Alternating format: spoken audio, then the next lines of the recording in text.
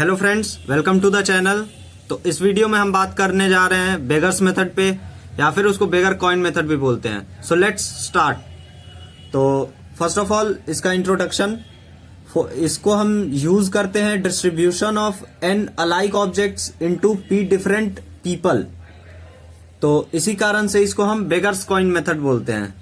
जैसा इसमें हम जो एन अलाइक ऑब्जेक्ट्स हैं उनको कॉइन्स मान लेते हैं, तो एन आइडेंटिकल कॉइन्स। फिर उसके बाद जो पी डिफरेंट पीपल हैं तो उनको हम बेगर्स बोल देते हैं, क्योंकि वो ले रहे हैं, उनके अंदर हम डिस्ट्रीब्यूट कर रहे हैं, उनके अमंग में डिस्ट्रीब्यूट कर रहे हैं, तो उनको हम बेगर्स बोल देते हैं। फिर अब इसमें आपको जो डिस्ट्रीब्यूशन के लिए फॉर्मूला यूज करना होता है वो होता है n plus p minus one.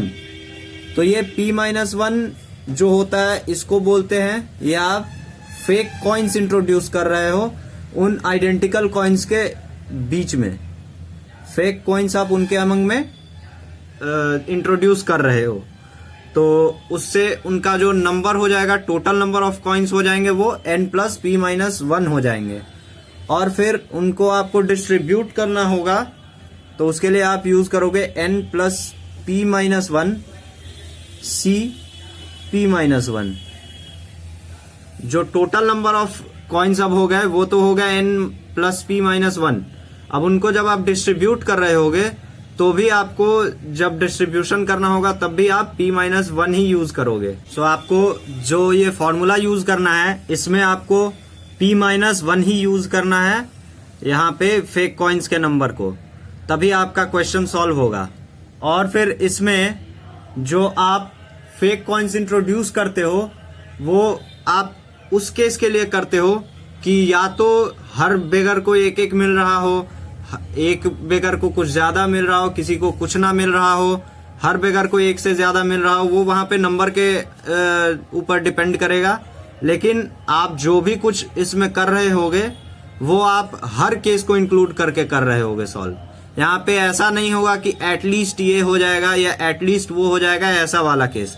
इसमें आप टोटल केसेस को इंक्लूड करके इस नंबर को लिख रहे हो।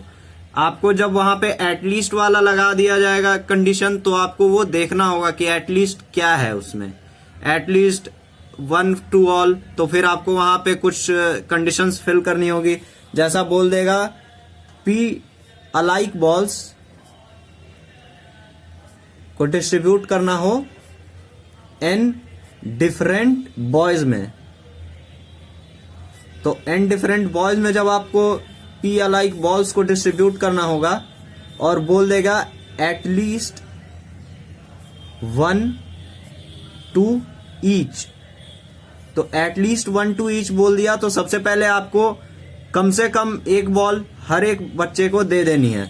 तो उसके लिए p माइनस n, आप पहले ही n बॉल्स को हर एक बच्चे को, हर एक को एक एक बॉल आप दे रहे हो। उसके बाद अब आप उस पे बेगर्स कॉइन मेथड लगाएंगे, तो उसमें टोटल नंबर ऑफ कॉइन्स हो जाएंगे, मतलब टोटल नंबर ऑफ बॉल्स हो जाएंगे, वो हो जाएंगे p minus n plus n minus one. ये जो हम फेक कॉइन्स इंट्रोड्यूस करते थे यहाँ पे उसको आप फेक बॉल मान लीजिए। और फिर उसमें जो हम फॉर्मूला यूज करेंगे वो हो जाएगा, इसमें टोटल नंबर आ जाए p माइनस वन, और उसका जो फॉर्मूला हो जाए वो हो जाए p माइनस वन सी p माइनस n, या फिर p माइनस वन सी n माइनस वन। आपको इसकी ट्रिक याद करनी है, आपको इसका फॉर्मूला याद नहीं रखना है, क्योंकि आपको वहां पे फॉर्मूला काम नहीं आएगा। आपको वहां ट्रिक याद रखनी है कि आपको क्या करना है। तो आपको सबसे पहले ये रखना है कि अगर एटलीस्ट या कोई एक्स्ट्रा कंडीशन लगाई गई है क्वेश्चन में, तब आपको पहले उस कंडीशन को फुलफिल करना है, फिर आप क्वेश्चन सॉल्व करने जाएंगे। लेकिन अगर वहां पे आपको कोई कंडीशन नहीं बोला गया है, बस आपको सीधा क्वेश्चन पूछा गया है, तो आप उस क्वेश्चन में सीधा ट्रिक से फॉर्मूला लगाएंगे। जैसा वहां पे कुछ पी अलाइक बॉल्स अगर बोली हैं, पी अलाइक कॉइन्स बोले हैं, या पी अलाइक फ्रूट्स बोले हैं, कोई भी ऑब्जेक्ट बोला है जो कि अलाइक है, वो कुछ p अमाउंट में है, और n अमाउंट ऑफ पीपल के बीच में, या फिर n अमाउंट ऑफ बॉक्सेस के बीच में, n अमाउंट ऑफ ब्रैकेट्स के बीच में, n अमाउंट ऑफ कबर्ड्स के बीच में, कहीं भी उसको जब डिस्ट्रीब्यूट करने के लिए बोला जाएगा तो आपको उसको डिस्ट्रीब्यूट करना है। और उसके लिए आप फॉर्मूला जो यूज कर रहे होंगे वो हो जाएगा p प्लस n-1। ये n-1 बहुत बार लोग छोड़ देते हैं जल्दी जल्दी में सॉल्व करते हुए, तो वो आपको नहीं करना है। आपको आराम से पहले हर चीज सही सही से देखनी है, उसके बाद ही करना है। आपको सबसे पहले कंडीशन देखनी है, फिर ये देखना है कौन सी चीज अलाइक है, कौन सी चीज नॉन अलाइक है। फिर उसके बाद आपको फॉर्मूले के लिए ये टोटल नंबर ऑफ ऑब्जेक्ट्स को यहाँ से डिसाइड करना है। फिर उसके बाद यहाँ क्या लिखना है उसको डिसाइड करना है। तो यहाँ आप या तो ये p लिखेंगे या फिर n-1 लिखेंगे। सो आपको इस क्वेश्चन को ऐसे सॉल्व करके रखना है। सो आपको जब भी ऐसे क्वेश्चंस मिलेंगे जिनमें आपको लगे कि बेगर्स मेथड लग सकता है, या फिर वहां कुछ अलाइक ऑब्जेक्ट्स को डिफरेंट पीपल के अमंग डिस्ट्रीब्यूट करने को बोला हो, सेलेक्ट करने को बोला हो, कॉम्बिनेशन के लिए बोला हो, तो वो आपको वहां पे देख लेना है। वहां पे आपको सिलेक्शन करना होगा तो आपको ये यूज करना होगा, डिस्ट्रीब्यूशन करना होगा तो आपको ये यूज करना होगा, लेकिन अरेंजमेंट के लिए ये आप यूज नहीं करेंगे। अरेंजमेंट के लिए फिर आपको ग्रुपिंग मेथड लगाना पड़ सकता है वहां, इसीलिए आप ये डिस्ट्रीब्यूशन या सिलेक्शन के लिए यूज करेंगे इस मेथड को। तो आइए अब एक क्वेश्चन सॉल्व करते हैं। सो आपको यहाँ पे एक क्वेश्चन दिख रहा होगा, मैं इसको एक बार रीड कर देता हूँ। A shelf contains 6 separate compartments, find number of ways in which 12 alike marbles can be placed. और इसके लिए कंडीशन है, फर्स्ट में नो कंडीशन, सेकंड में no compartment is left empty. तो आपको इसको सॉल्व करने के लिए सबसे पहले फर्स्ट केस को सॉल्व करने के लिए कोई भी कंडीशन नहीं दिया गया है, तो आप बस अब सीधा उसके लिए टोटल नंबर ऑफ वेज के लिए आएंगे। तो टोटल नंबर ऑफ वेज निकालने के लिए आप पहले total number of 12 alike marbles जो हैं उनमें फेक मार्बल्स को इंट्रोड्यूस करेंगे। तो टोटल नंबर ऑफ मार्बल्स यहां से आ जाएंगे 12 प्लस 6 माइनस 1 17। फिर अब आप इसमें नंबर ऑफ वेज लाएंगे तो वो हो जाएगा 17C5 या 17C12।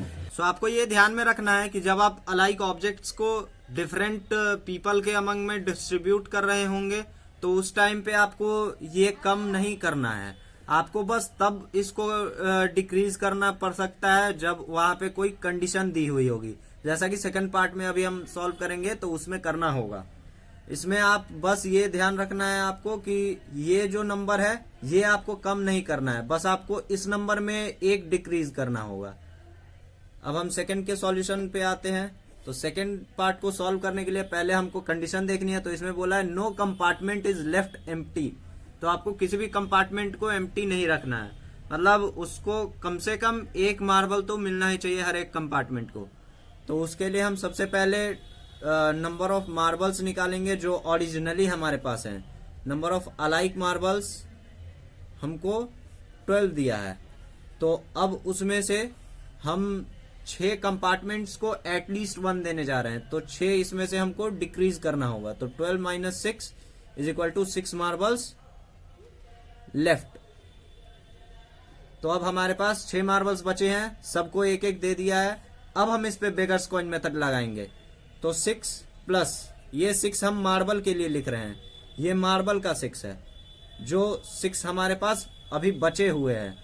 हम 12 में से 6 हर एक कंपार्टमेंट को दे रहे हैं ताकि उसकी जो कंडीशन है एटलीस्ट 1 इन ईच, मतलब no compartment is left empty, मतलब एटलीस्ट 1 इन ईच, ये फुलफिल हो जाए।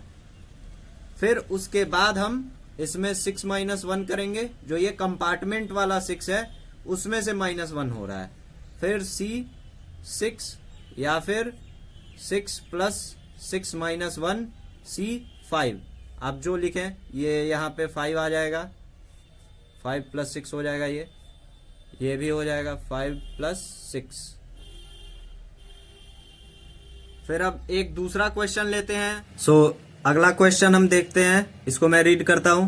अ man has to buy 25 mangoes in 4 different varieties with at least 4 of each variety.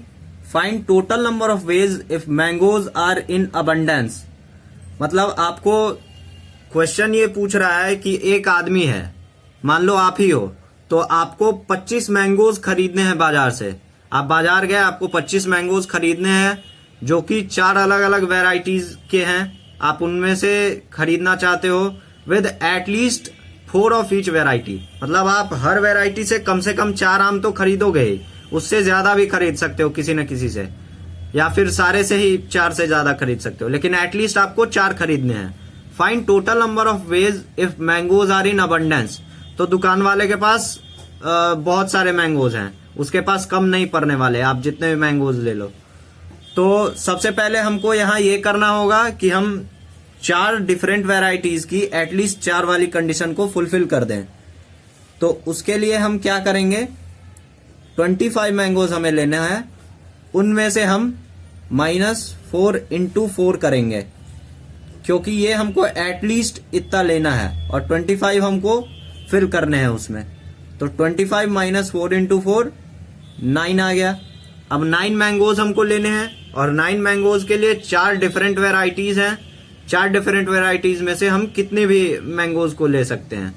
तो उसके लिए अब हमारे पास हो जाएंगे 4 डिफरेंट वेराइटीज में से सेलेक्ट करना है और 9 मैंगोज सेलेक्ट करना है। तो 9 कॉइन्स प्लस 4 - 1 C 9 या फिर 12C 3। आपसे जनरली ऐसे ही क्वेश्चंस पूछे जाते हैं। मैं एक क्वेश्चन और प्रैक्टिस के लिए ले लेता हूं, तो आप ये क्वेश्चन देख सकते हैं। मैं इसको एक बार रीड कर देता हूं। In how many ways 30 marks can be allotted to 8 questions if at least 2 marks to be given to each question, assuming the marks to be given in non integral values. तो question आपसे पूछ रहा है कि आपको total number of veg बताने हैं जिसमें आप 30 मार्क्स को अलॉट कर सकते हो 8 क्वेश्चंस के बीच में।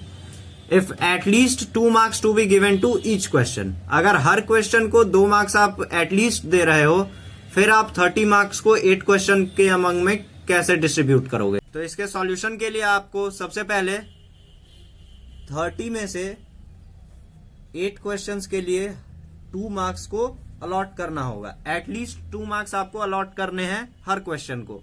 तो आप 8 × 2 30 में से सब्ट्रैक्ट करोगे तो यहां पे आ जाएगा 14।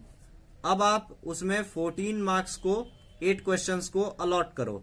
तो 14 + 8 - 1, 8 क्वेश्चन को आपको यहाँ पे 8 डिफरेंट पीपल के जैसा कंसिडर करना होगा, और जो 14 मार्क्स हैं वो तो 14 मार्क्स आइडेंटिकल हैं, तो उनको आपको 14 कॉइन्स की तरह ट्रीट करना होगा। तो यहाँ पे आप जब इसका टोटल नंबर ऑफ कॉइन्स निकालेंगे तो ये 14 + 8 - 1 21 आ गया। अब ये 21C 7 आप कर सकते हैं या फिर 21C 14, यही आपका आंसर होने वाला है। क्योंकि आप जब यहाँ पे फेक कॉइन्स को इंट्रोड्यूस कराते थे तो आप यहाँ पे फेक 7 मार्क्स इंट्रोड्यूस कर रहे हो, तो ये 21 हो गया, और ये 7 वही फेक मार्क्स का नंबर है, या फिर 14 ओरिजिनल मार्क्स यहाँ पे लिख सकते हो, और फिर आपका ये आंसर आ जाएगा इससे। मैंने अभी आपको क्वेश्चन प्रैक्टिस करके भी दिखा दिए हैं। तो मैं आपको एक ये डू इट योरसेल्फ क्वेश्चन दे रहा हूँ जो आपको खुद से करना है, और उसका जो भी आंसर आए वो आपको कमेंट सेक्शन में कमेंट करना है। और अगर आपके पास वीडियो से रिलेटेड कोई भी सजेशन हो या फिर कोई भी क्वेरी हो आपकी, तो उसके लिए आप कमेंट सेक्शन में कमेंट कर सकते हो। वीडियो को लाइक कीजिए, अपने फ्रेंड्स और भाई बहन के साथ शेयर कीजिए और चैनल को सब्सक्राइब कीजिए। Thank you for watching.